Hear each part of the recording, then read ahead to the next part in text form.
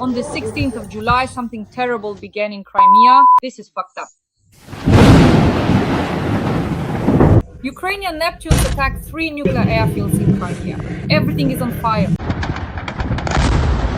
No way! No way! Boom! Are you filming? Yeah. Unbelievable. There were explosions in Sevastopol, Simferopol, and Yevpatoria, Bakhchisarai district, Alushta, Feodosia, Saki, and Novofedorivka. No way! The airfields at Saki, Echvardiske, and Kirovsky are on fire. This is an explosion. That's fucked up. The Ukrainian armed forces have launched powerful special operations in Crimea to destroy Russian military personnel. Nuclear triad. The Black Sea Fleet airfields and oil refineries are under attack. Fly, fly. Fly, your mother! Yes, give the command. Crimea burned last night. 4 key military airfields were attacked. Where does the strategic nuclear combat base take off? That's fucked up. Saki, Gvardeyskaya, Kirovskaya.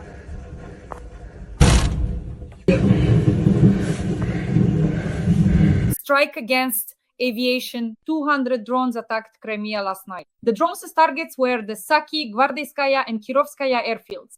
NASA satellites record a large-scale fire near the Gvardeyskaya airfield in Crimea. Another fuel tank caught fire at the Crystal Oil Depot in Engles. The whole city is covered in smoke.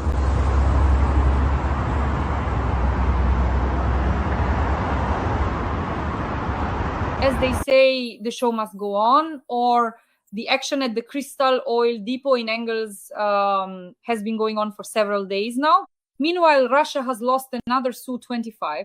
Special Operation Forces destroyed the decision-making center in the Kherson direction. And also, the headquarters of the Russian forces in Makivka was attacked and blown up. We'll discuss all of this with the well-known military analyst Roman Svitan.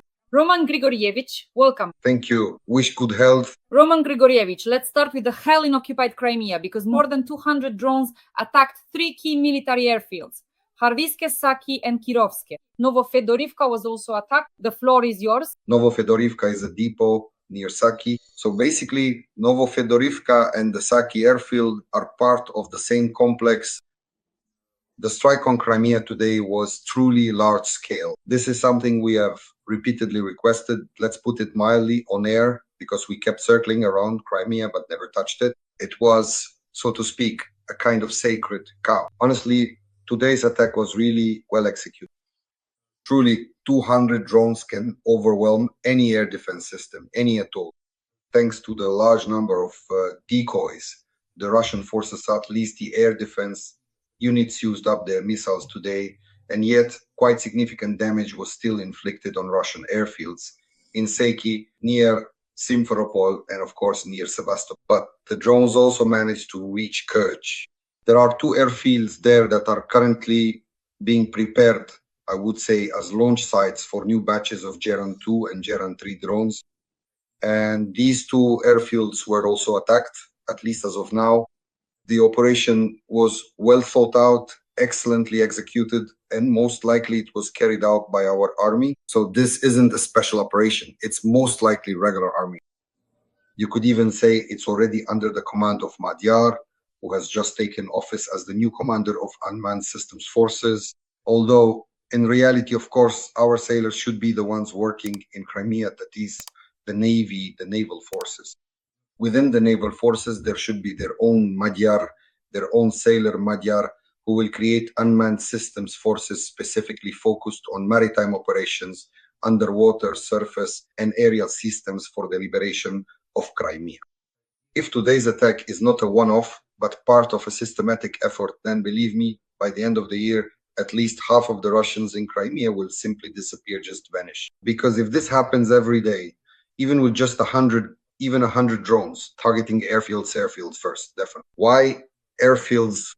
Russians use airfields in several ways. First, as locations for tactical or army aviation, that is, airplanes and helicopters. Second, they use the airfield to station anti-aircraft missile systems and radar units of the Russian Federation's radio technical troops. And third, they use almost all airfields as transit depots for transferring ammunition. That's why it's especially important for us, first and foremost, to destroy the airfields and everything located on them, airfield technical equipment, vehicles, ammunition, and of course, the aircraft themselves.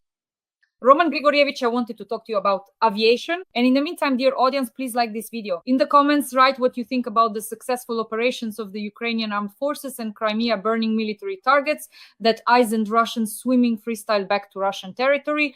Roman Grigorievich, can we assume that at these airfields that were attacked last night, enemy aircraft were also targeted, or did we only strike the fuel facilities there?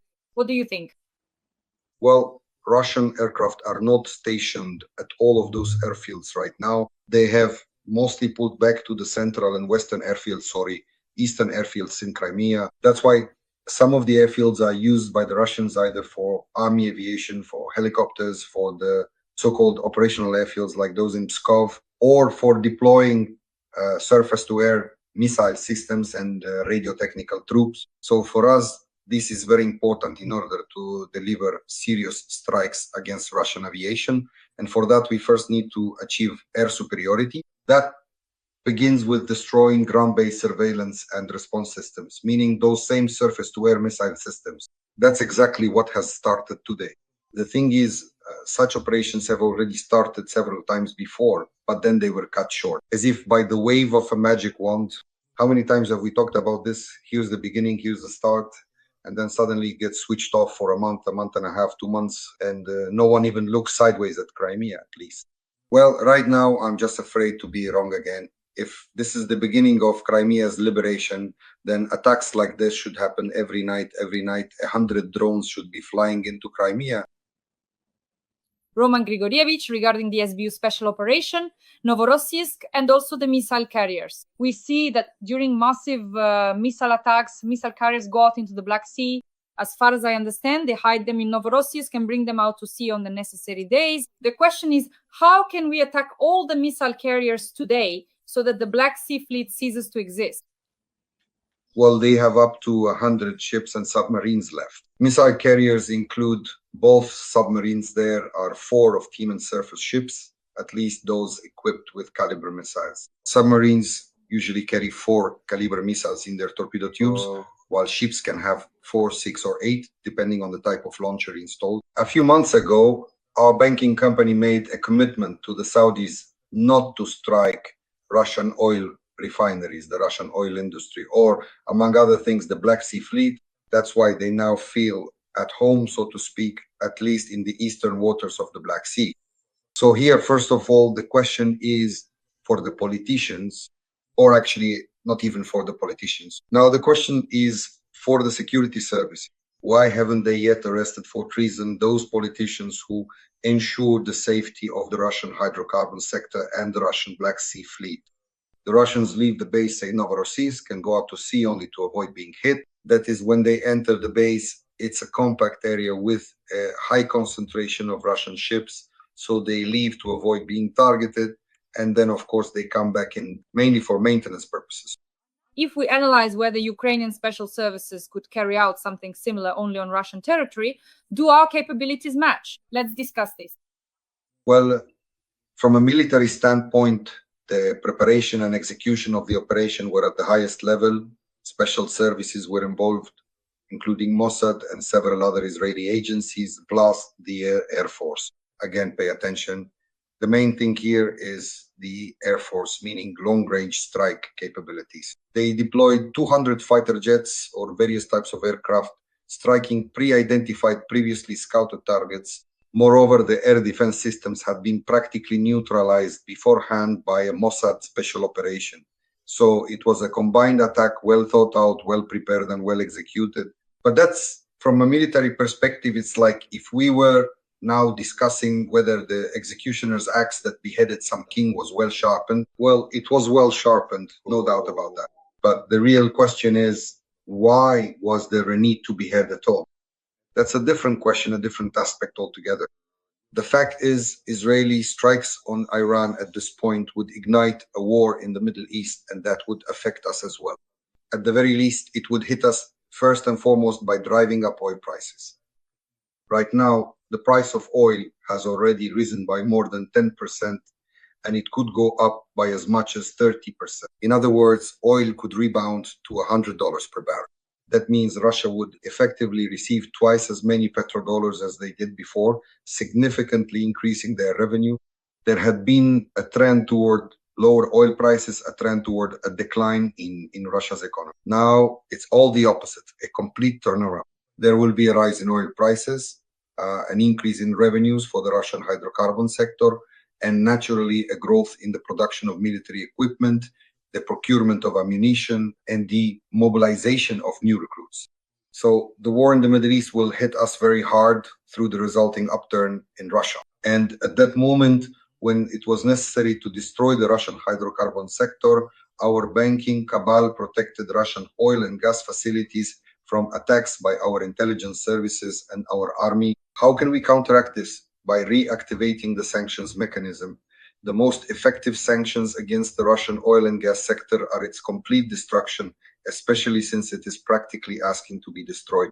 Well, after all, even Russian partisans are now actively doing this very thing, demonstrating their involvement and commitment. We can see how they set fire to forests where Russian oil pipelines run, how they set fire 7, as we mentioned, in the far eastern Ukrainian People's Republic. Well, first and foremost, it's crucial to understand that we genuinely have absolutely nothing to do with this particular matter, nor do we possess any involvement, connection, or responsibility whatsoever regarding its origins, development, or potential outcomes.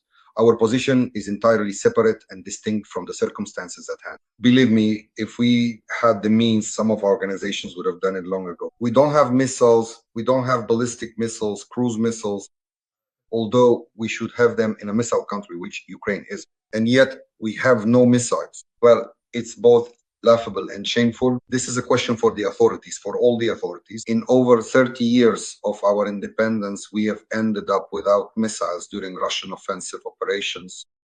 That's why we can and should definitely do this, but it's us who have to do it. No one is going to do anything for us, and there's no point in asking anyone. We have to do this ourselves and strike at the Russian leadership, including those who are aware. In the Kremlin, the Rubyovka bathhouses and the Kremlin, how long have we been talking about this with you? 3 years. Why is it necessary to do this? We must have had what? Strikes against certain Iranian military targets. Well, first of all, nuclear facilities. But it's not that easy to reach a nuclear facility.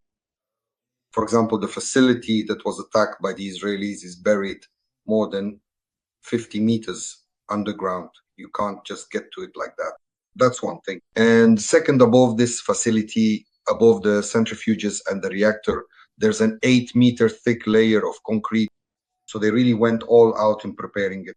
So if we're being realistic, Iran's nuclear facilities haven't actually been damaged. Bushehr, the plant there, runs on Russian fuel, and in that sense, it hasn't been touched at all. There are about 5 or 6 Iranian facilities, and for most of them, they only try to hit one. But even then, they only managed to strike from above.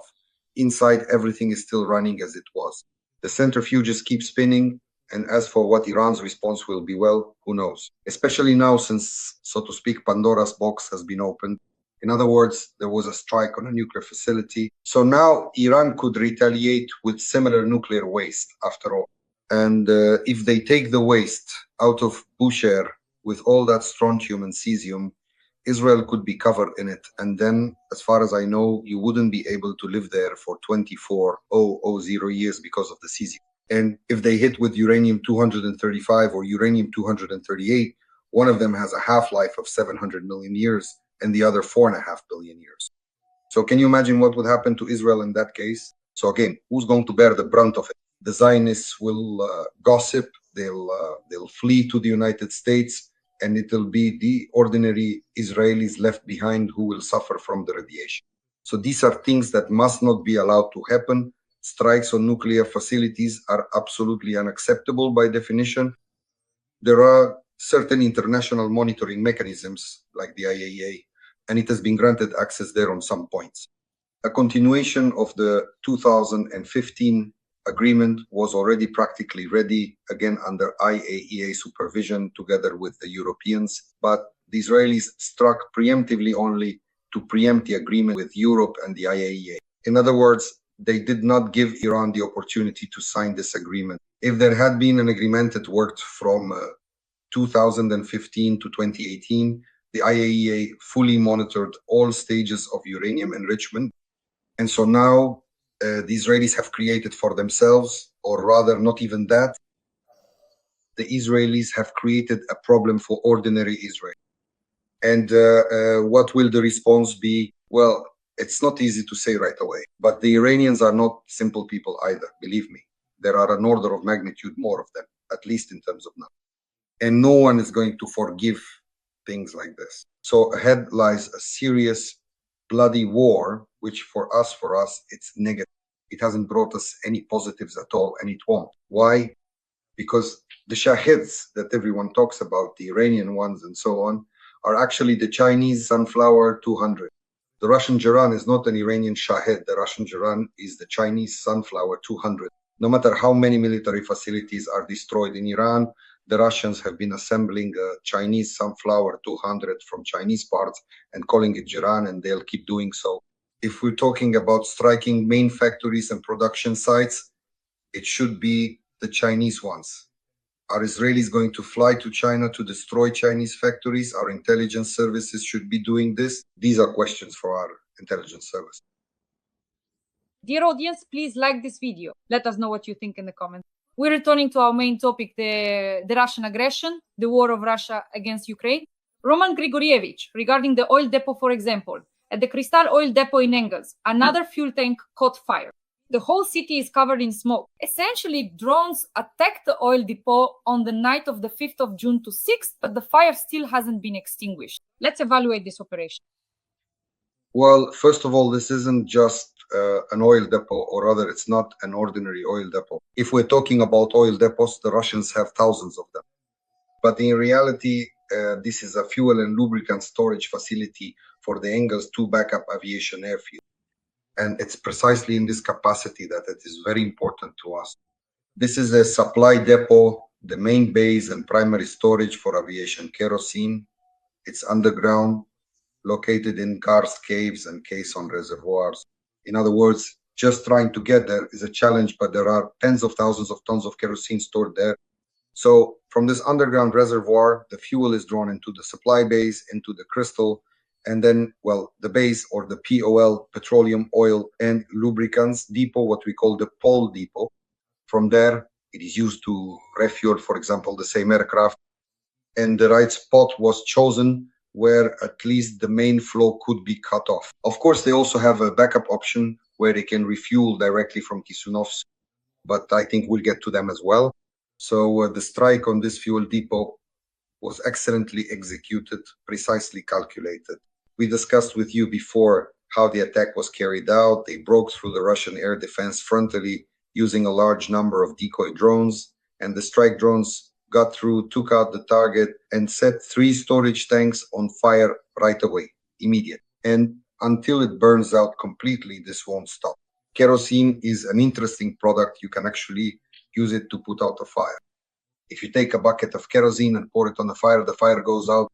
But it's the kerosene vapors that burn.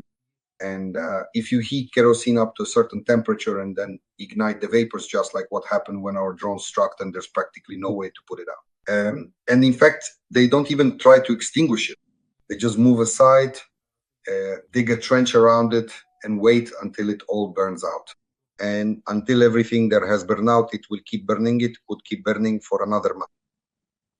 Roman Grigorievich, today's news, Russia has lost another Su-25. Well, most likely these losses are due to technical issues.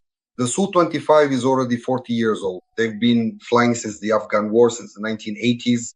They were good machines, even excellent for their time when they were built. A good attack aircraft. But now they're old, really old grandpas, I would say. And technologically, of course, they're falling apart. And there aren't that many left when you have to make 1 out of 2 or 3.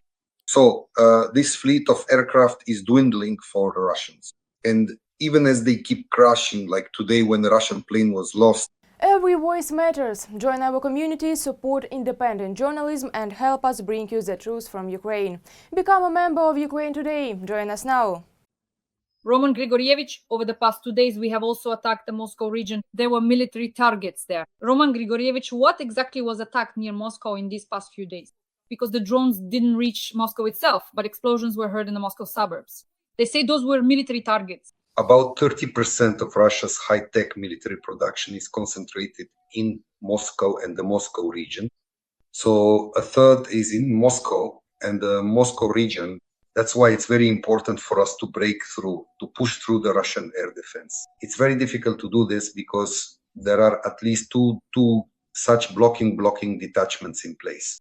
The first is the frontal air defense, which is very hard to break through. This is in the Bryansk, Belgorod and Tula regions, where the air defense is practically packed, all aimed toward Moscow.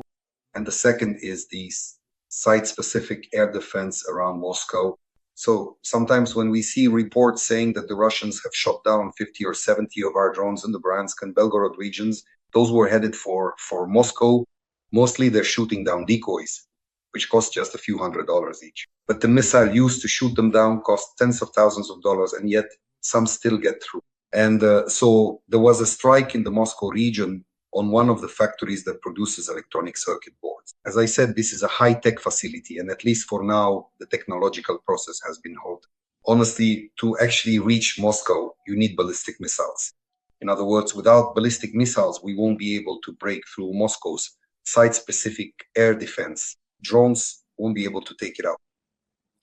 Roman Grigorievich, in the Moscow region, a microelectronics factory in Zubovo was attacked. There's a hole in the roof. The factory in Zubovo is a production complex that's part of the Rezony Technopark in the Moscow region. It specializes in manufacturing printed circuit boards, electronic and electrical components for various industries, including defense and industrial sectors. That's what this is about. That's exactly what I was talking about, yes. So they hit Rezony directly. The technological process has been halted. That's the most important thing. But it can only be destroyed with ballistic missiles. Well, even a drone with 5 or even 50 kilograms won't completely disable any military facility. Roman Grigorievich, from a military standpoint, how many years would it take for Ukraine to develop ballistic missiles? Not just a few, of course, but to have them in mass production, say 1,000 missiles a year? If we take examples from other countries that produce ballistic missiles. Well, the thing is, Ukraine is a missile-producing country.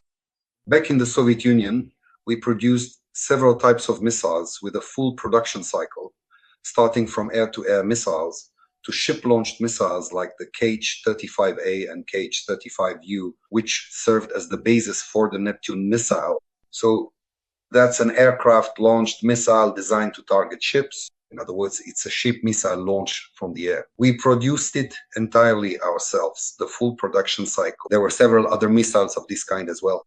And ballistic missiles, we produced ballistic missiles, or rather cruise missiles, if you can call them that. The KH-35U in particular was already at this level.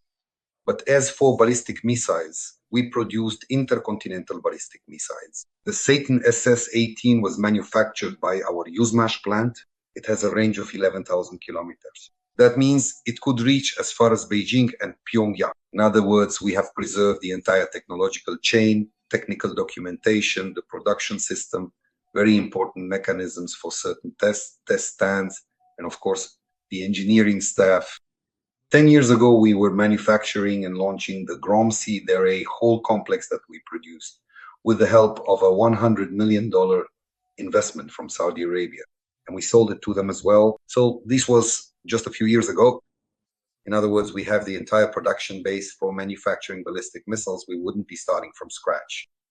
In order to launch, say, serial production of those same Grom missiles with a range of 500 kilometers, we would need somewhere around $150 to $200 million and about a year and a half to 2 years. So if this government had started the process 6 years ago, by now we could have launched serial production of the Grom 2 3 times over. If at this point we still don't have the Grom, and we don't, because otherwise it would have long since hit Moscow, it means that for 6 years this government has just been dragging its feet. That's a big problem. The executive branch should have been sent to the armed forces of Ukraine a long time ago. I've said it so many times already. We need to demobilize the executive branch. You don't need elections or re-elections for this. This is in accordance with our constitution, according to the legal framework of our laws. And to replace the executive branch, Shmihal and his team just can't handle it. They absolutely can't handle it. Shmihal and all the rest of that crew are already dead weight. They're not in the right positions. They need to be replaced with professionals who know how to quickly launch a program like the ballistic one and how to restructure the country's economy for wartime. But this is an entire process. The work should be done by military personnel with basic military education who also understand economics. We have enough people of this kind. Roman Grigorievich, to sum up, Special Operations Forces destroyed the Russian decision-making center in the Kherson direction. The Russian headquarters in Makivka was also attacked. A video report of the Yimar strike was sent to the General Staff of the Armed Forces of Ukraine. So everyone wrote that there were many killed, many wounded. The floor is yours. Well, about Makivka, I'm from Makivka myself. I've been saying for a while now, why aren't we hitting their rear positions? So most likely our missile troops thought, let's not make Svitan curse again and just struck Makivka. The main thing is, it was not far from my house. So they accomplished the combat mission, of course. Well done. The range allows it. We have the means to strike. HIMARS work well at that range. And of course, in Kherson, on the so-called southern front, there's some serious Russian activity going on there right now. They're still at the crossroads, deciding where to send the remaining reserves, either to reinforce the Zaporizhia direction, meaning the operations there, or to the right bank of the Dnipro near Kherson. In other words, they still haven't decided because the reserves that could have helped them in both directions were burned by Putin before May 9th, as he set unrealistic, basically impossible objectives. So right now, at this moment, we could say, let's thank Putin for his complete idiocy in strategic plan, because it's precisely his idiocy, this political trap, that is now giving us a breather. We still have about 2 months before the next wave of reserves arrives. During these 2 months, we can give the Russians a hard time. Well, we'll see what we can give them a hard time for, and we'll talk about it in each of our reviews. Roman Grigorievich, we're already at the end. The Russian armed forces have entered the Yablunovka in the Sumy region, reports Deep State. That's 26 kilometers from the regional center. The gray zone has also expanded in Yunakovka, a village at the epicenter of the fighting. Please comment on this, it's very important. Yablunovka and Yunakovka. Well, yesterday they said they were 20 kilometers from Sumy, and now it's already 26 kilometers. So does that mean they're having a negative offensive? Did they retreat 6 kilometers in the opposite direction? That's about where they are, somewhere between 20 and 30 kilometers. They're milling around and will keep milling around in this area. It's a small bridgehead, even if you look at it from the perspective of just the Sumy region, not to mention all of Ukraine. A small bridgehead that the Russians rushed into on the heels of our retreating troops. That was already a mistake made by our politicians. So we thanked Putin for his political decision. Here, it was a mistake by our politicians who held our troops in offensive positions on the Kursk direction almost to the point of disaster, nearly to catastrophe. Then we had to run because, you see, the politicians wanted to have negotiations with the Saudis from a stronger position at the very least. Nothing came of it for them, and we had to flee from the Kursk region. And on the heels of our retreating troops, the Russians rushed into the Sumy region. But I'll say it again, this is about the same level as what's happening in the Kharkiv region, around Lipetsk, and now in the Vovchansk area. So they rushed in, and that's it, they got stuck. In the same way, the Russians will be stuck just around Yablunovka, Yunakovka, and so on, but no further. They won't advance any further. That is, on the one hand, there are serious fortifications there, first of all. Secondly, reserves have now been redirected there, and our troops have already recovered from the strategic failure of our politicians. They've already recovered, and now in some areas we're even regaining our previously lost positions, pushing the Russians back. And we're advancing in the Kursk direction towards Tetkino, which is near the western border. The Russians entered our territory, and we entered theirs. Alaverdi. Friends, please like this video. Roman Grigorievich and I meet 3 times a week on my YouTube channel, Monday, Wednesday, and Friday, to discuss the military and political situation. In the comments, write a few kind words in support of Ukraine and share your thoughts on Israel's special operation. Also, let us know where you're watching from. Share your location in the comments. Renowned military analyst Roman Grigorievich, thank you. And as usual, see you again on Monday.